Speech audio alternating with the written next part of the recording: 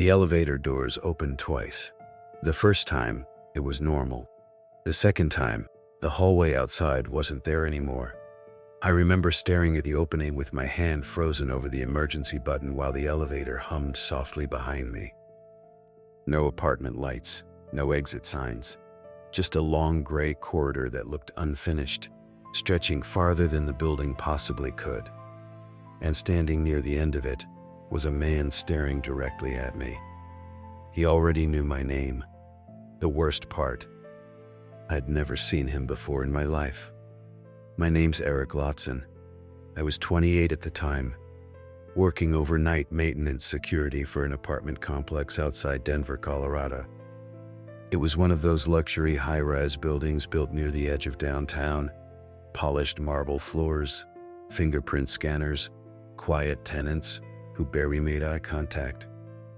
My shifts usually ran from 10 p.m. to 6 a.m., and most nights were painfully boring. That night started the same way. Rain tapping against the lobby windows, old jazz music playing through ceiling speakers, the smell of burnt coffee sitting too long on the warmer behind the desk. I was halfway through filling out patrol logs when the front desk radio crackled with static. Then a voice whispered to it, "Eric, don't go to 12 tonight." I immediately looked up. The lobby was empty. At first I thought another guard was messing with me. We sometimes joked around on night shifts to stay awake, but the voice hadn't sounded playful. It sounded close, low, like somebody speaking directly into my ear through a bad phone connection. That's when I noticed something worse. The radio light wasn't even on. No active transmission. I grabbed a handset anyway. "Central, say again." Nothing answered. Just static. I checked the cameras for the 12th floor. Everything looked normal at first. Empty hallway, dim yellow lighting, closed apartment doors. But then one of the elevator cameras flickered for half a second, and in that single frame, someone was standing inside the elevator, completely still, facing the camera. The problem was, the elevator was empty in the live feed. I rewound it 3 times. Same thing every time. One frame, one man, dark coat, pale face, standing inches from the camera lens like he knew exactly where it was. I should have reported it. Instead, I convinced myself it was a glitch. Around 12:40 a.m., I started my usual patrol route through the building. Basement first, then parking garage, then each residential floor. Normal routine, predictable, safe. Or at least it used to feel safe. The elevator ride to floor 7 was fine, same with 8, same with 9. But when I pressed 12, the elevator skipped it completely. Straight to 14. I frowned and pressed 12 again while the doors closed. This time the elevator lights dimmed slightly, not fully, just enough to notice. And then it happened again. The display panel changed. Not 12. I stared at the glowing number while my stomach tightened. This building didn't have a 13th floor. Most luxury apartments skipped it for superstition. The buttons went from 12 straight to 14. I knew that because tenants complained about it all the time. But now, the number 13 was glowing softly above the doors. The elevator stopped. Bing. The door slid open. That's when I saw the hallway. Long, gray, silent, not part of the building. No paintings, no carpet, no apartment numbers. Just unfinished concrete walls, stretching into darkness beneath flickering fluorescent lights. And standing at the far end was the man from the camera. He smiled, not wide, just enough to make me instantly uncomfortable. I hit the closed door button repeatedly. Nothing happened. The elevator stayed open. The man began walking toward me slowly, hands in his pockets, dress shoes echoing softly against the concrete floor. Tap, tap, tap. I finally forced myself to speak. "Sir, this area is restricted." He kept walking. Then he said something that made every hair on my arms rise. "You missed your floor again, Eric." My chest tightened instantly. I had never met him before. The doors suddenly closed on their own. The elevator jolted hard beneath me before shooting downward so fast my knees nearly buckled.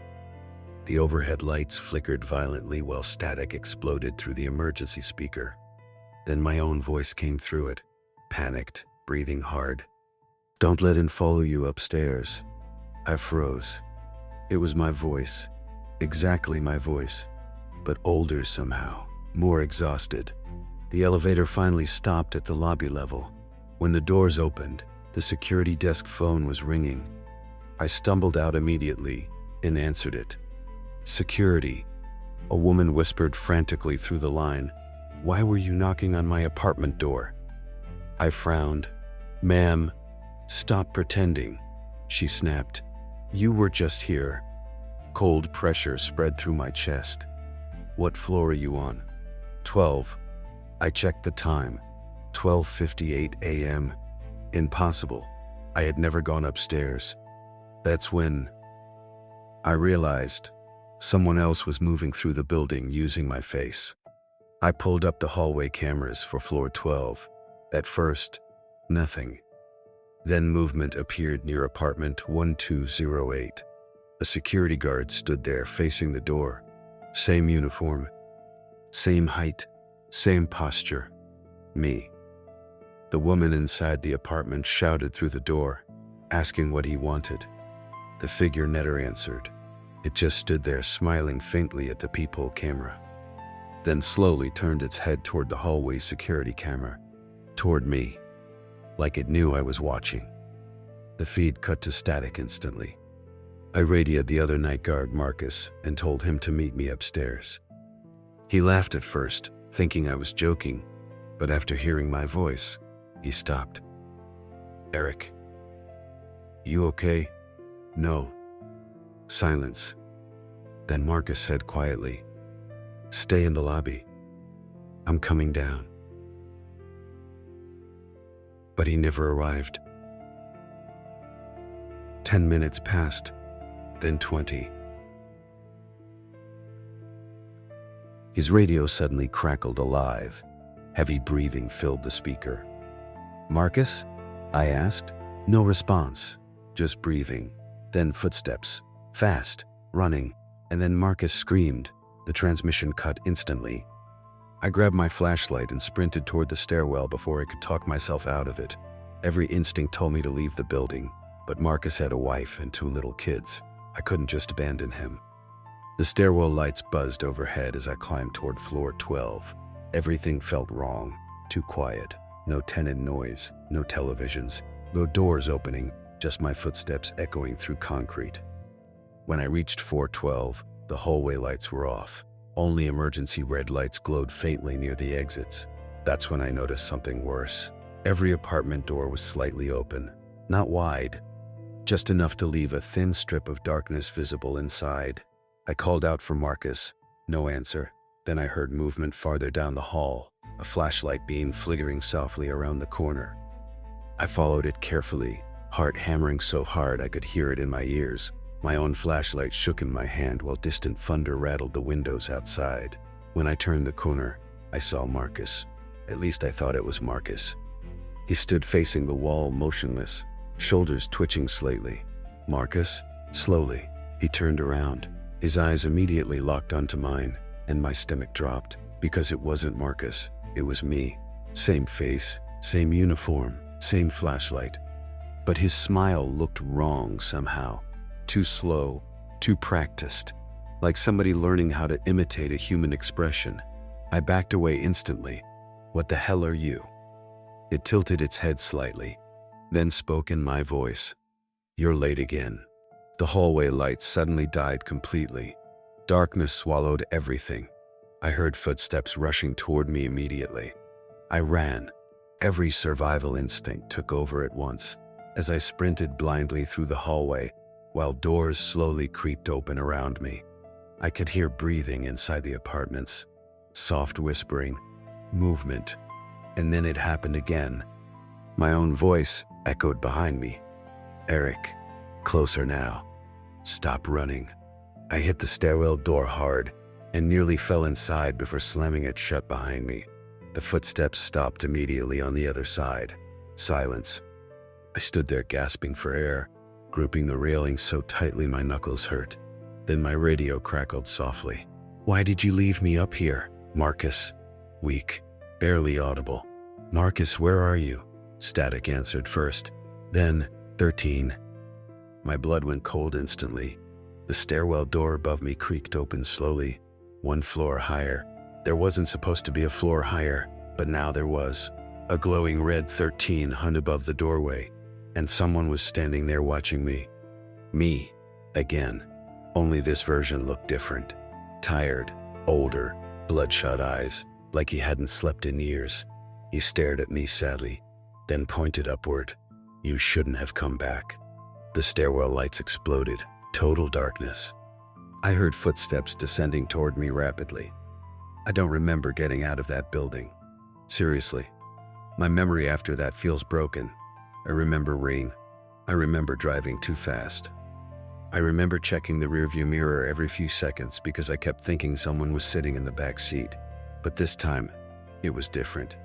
When I got home around sunrise, I found mud on my apartment floor leading toward my bedroom. Wet footprints. Size 11. Exactly my size. I lived alone. I called the apartment complex later that afternoon. Management told me Marcus had quit during the night without explanation. They said no incident reports existed, no emergency calls, no missing floor, nothing. And according to the elevator maintenance logs, the building had never recorded a 13th floor. I almost convinced myself it was exhaustion, stress, sleep deprivation. Until 3 nights later, I was sitting alone in my apartment watching television when my phone buzzed with an unknown number. A video message. No text. Just footage. Shaky elevator. Camera footage. Time-stamped from earlier that night. I opened it and immediately stopped breathing. It showed me standing inside an elevator, perfectly still, facing the camera, slowly smiling. Then the video zoomed past me toward the display panel above the doors. Floor 13. The doors opened, and before the video ended, I watched myself step out into the hallway willingly, like I'd finally found where I was supposed to go.